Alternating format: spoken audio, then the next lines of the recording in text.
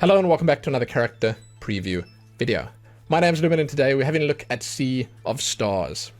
This is a game that I've been waiting for quite some time. And this video is going to be a little different because there's no real character customization in this. At least not when you jump into the game, when you first select your characters. But I'll get to that in just a moment. First, let's talk about Sea of Stars.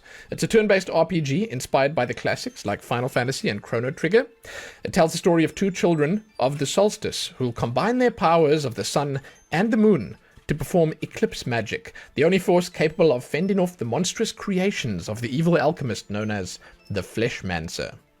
Listen, it sounds so exciting, and it looks even better. Probably the most beautiful game I've seen in the past decade. I love the art style. And obviously along with that, I love the character design, the ways they look. Now, the game itself, it allows you to choose your character right at the start here, as you can see on your screens. There are two main choices, and the character that you choose will lead the party. But you can change this later, and as you can see, it doesn't affect the story.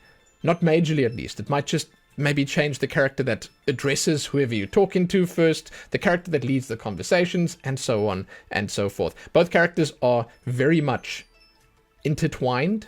Their destinies are tied together, and they both main members of the party. So you can sort of pick whichever one you like here based on flavor, and it's important. You know, even if they say here it can be changed later, this is a role-playing game. This kind of thing matters, you know? So the choices are Zale and Valere. I think that's how you pronounce her name. Zale is the sun boy. He's a blade dancer, born on the summer solstice, and he walks the path of the guardian god Solon.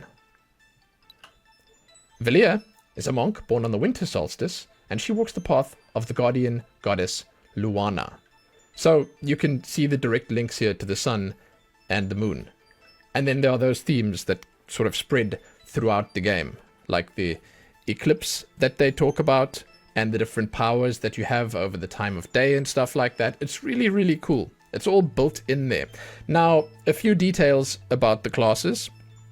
I can tell you that Zale, the sun boy here, he's a blade dancer and he starts with a heal and an AoE attack. And Valere, the monk, she starts the bounce-in attack and an AoE attack as well. Each of the characters has some extra lore attached to them that you can check out on the website if you'd like to, but hey, I made the video for this specific purpose, so let me go over it quickly. Zale was born on the summer solstice, as we mentioned, and he's optimistic and bold. He wields a sunblade through which he can absorb eclipse orbs whenever his attacks need an extra kick. As a blade dancer, he walks the path of the guardian god Solon, as we mentioned, and the alchemist foretold that in order to find his light and achieve his full potential, he will first need to stare at the night inside of him. Yeah, ominous. I like it. I like it. And then for Valere, she was born on the winter solstice, and she shows curiosity and balance. Gifted with lunar magic, she can absorb eclipse orbs in her moon staff to dish out massive damage. Trained in the martial ways of the monk, she walks the path of the guardian goddess Luana. The alchemist sees great potential in her, believing she might one day be the one to create paths on water. That's pretty fantastic. That both the characters have their backstories set in stone, and you can sort of jump in. You can play as whichever one you like. So that is basically that. That's all there is for us.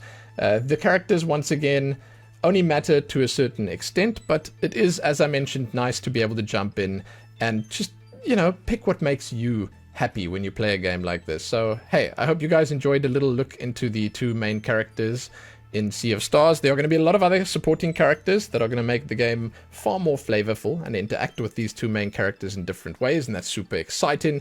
I hope that you guys enjoy this when you do jump into the game. If you have been enjoying it, please let me know. I've been waiting for this game for so long. I really have.